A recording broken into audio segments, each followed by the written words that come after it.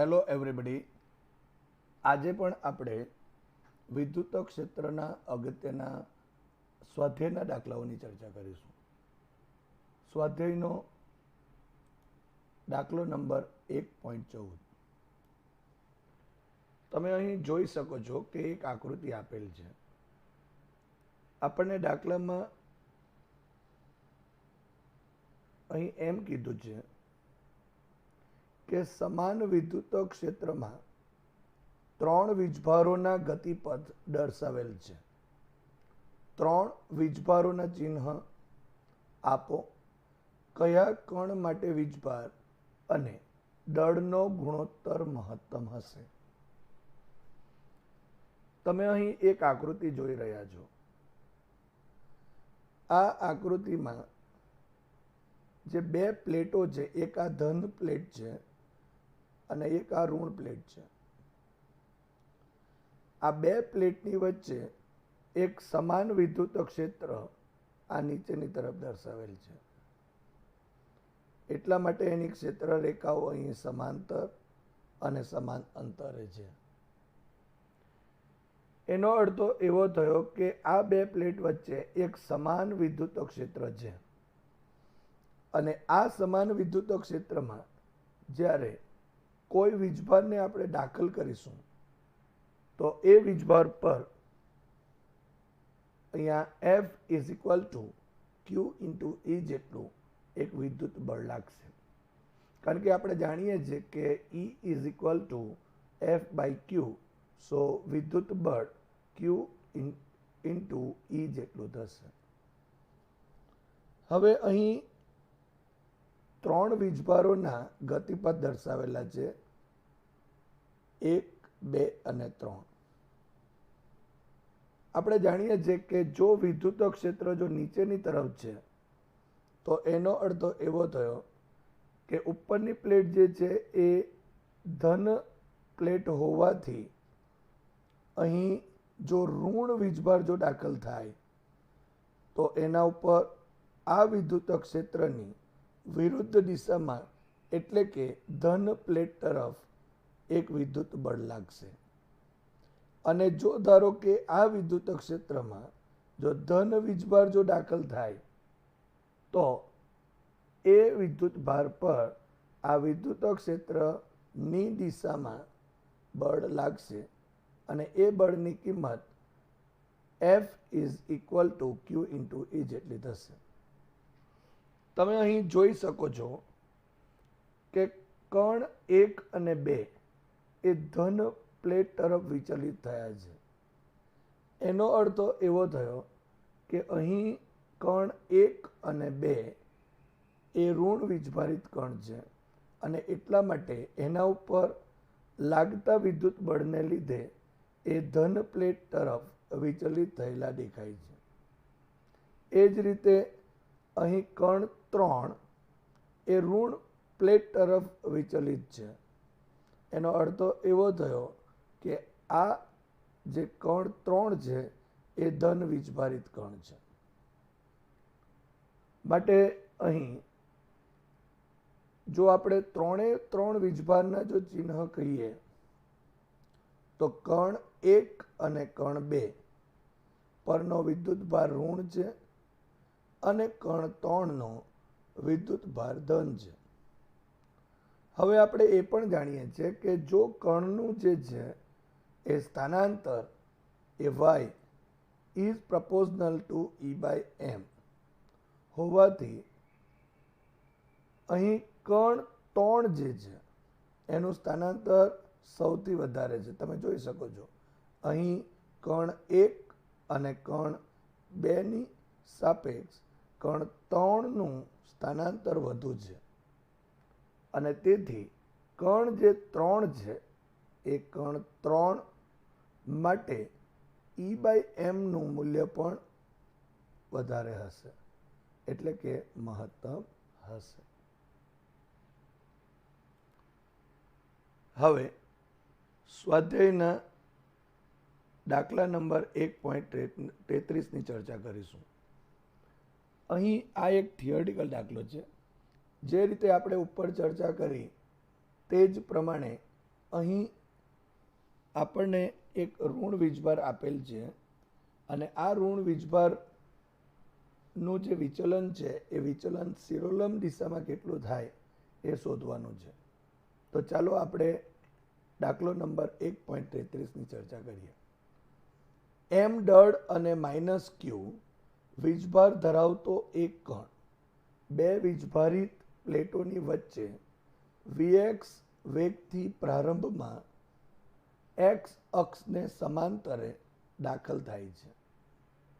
દરેક પ્લેટની લંબાઈ L છે અને પ્લેટો વચ્ચે સમાન વિદ્યુત ક્ષેત્ર જાળવી રાખવામાં આવે છે.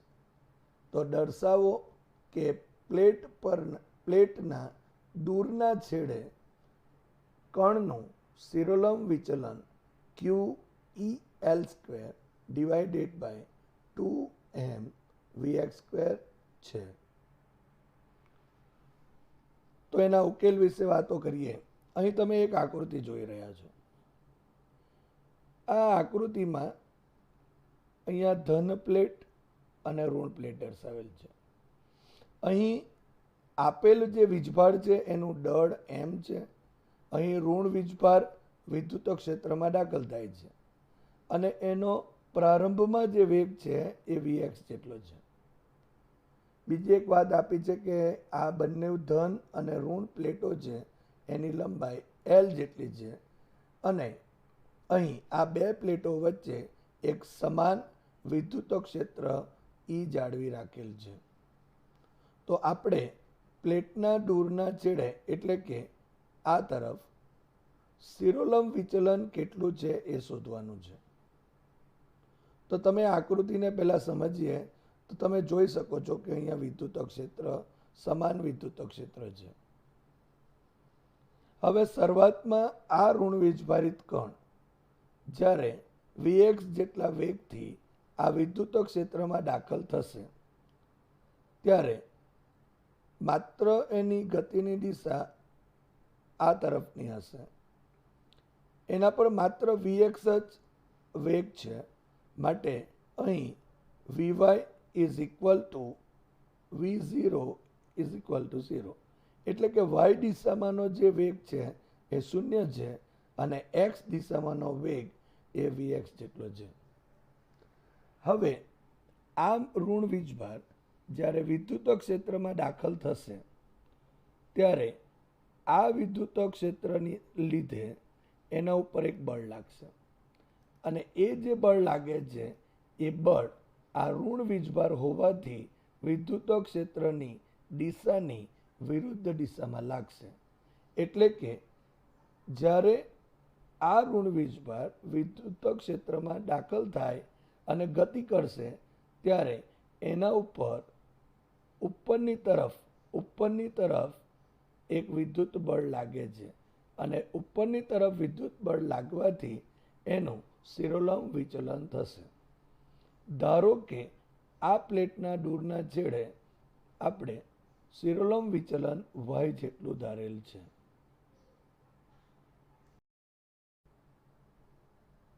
હવે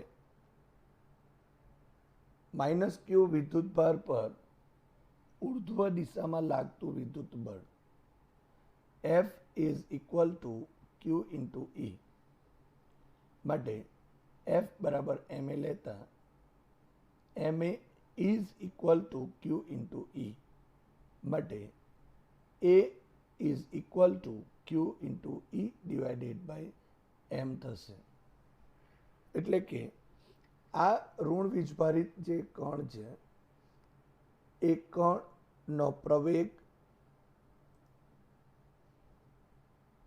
A is equal to QE divided by m થશે.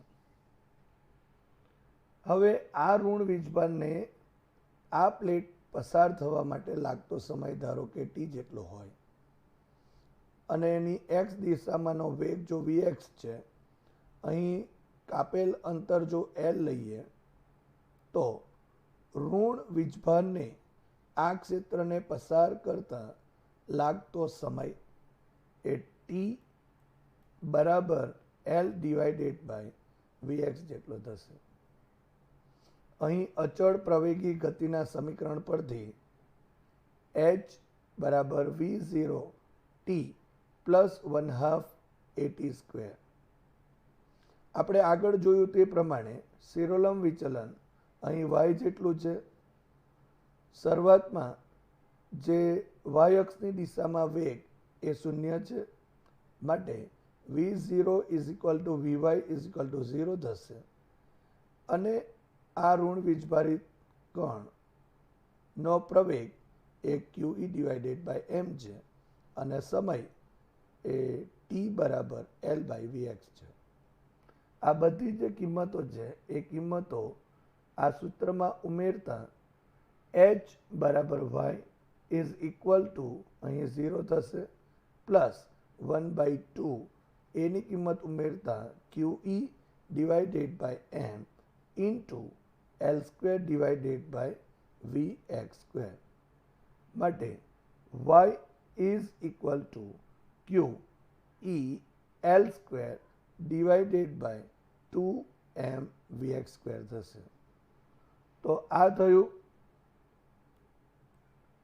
સિરોલમ જે વિચલન છે એ વિચલન. હવે તમે અહીં જોઈ શકો છો કે આ ઋણ વીજભારિત જે કણ છે એ જ્યારે વિદ્યુત ક્ષેત્રમાં દાખલ થાય છે તો એનો જે ગતિપથ છે તે આ પ્રકારનો છે અને આ પ્રકારના ગતિપથને આપણે પરવલયાકાર કહી શકાય. માટે આપેલ વીજભારિત કણ છે એ કણનો ગતિપથ પરવલયાકાર છે. હવે સ્વાધ્યાયના 1.34 દાખલાની ચર્ચા કરીએ.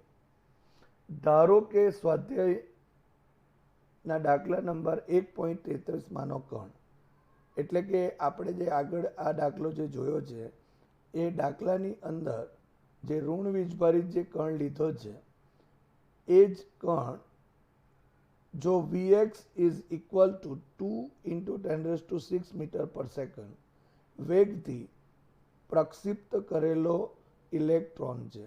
અહીં તમે જોઈ શકો છો ઇલેક્ટ્રોન છે એટલે કે ઋણ વીજભારિત કણ છે.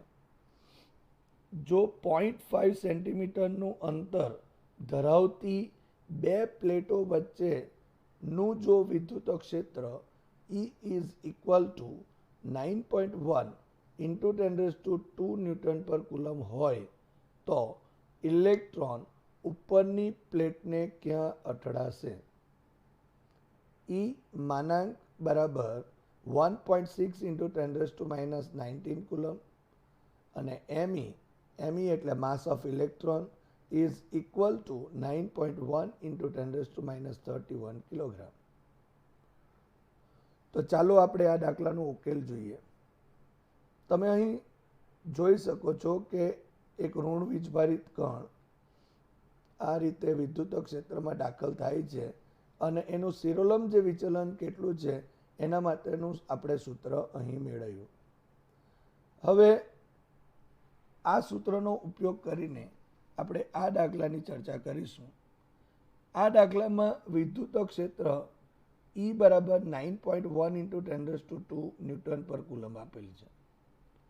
બીજું, અહીં 0.5 સેન્ટીમીટરનું અંતર ધરાવતી પ્લેટો એટલે કે બે પ્લેટો વચ્ચેનું અંતર એ જો 0.5 હોય તો અહીં y બરાબર એ 0.25 સેન્ટીમીટર એટલે કે y = 2.5 × 10⁻³ મીટર લઈ શકાય.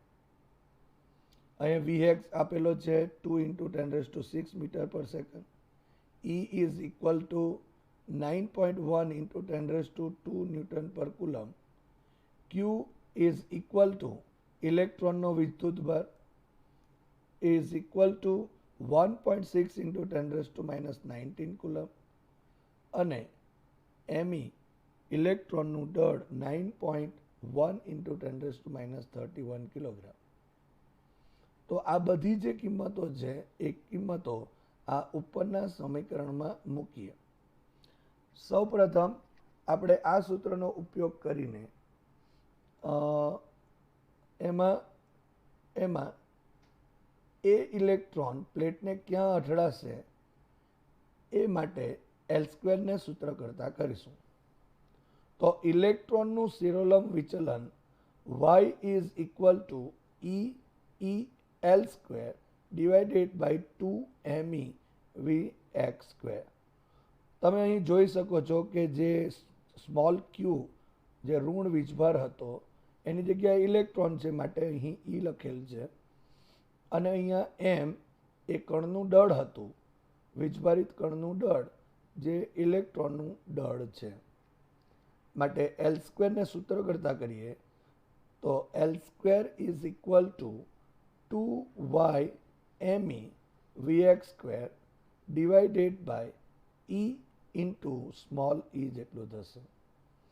આ બધી જ કિંમતો ઉમેરતા 2 ઇન્ટુ 2.5 ઇન્ટુ 10⁻³ એમઈની કિંમત 9.1 ઇન્ટુ 10⁻31, વીએક્સની કિંમત 2 into 10⁶ whole square divided by ઈની કિંમત 9.1 ઇન્ટુ 10⁻² ઇન્ટુ સ્મોલ ઈની કિંમત 1.6 ઇન્ટુ 10⁻19.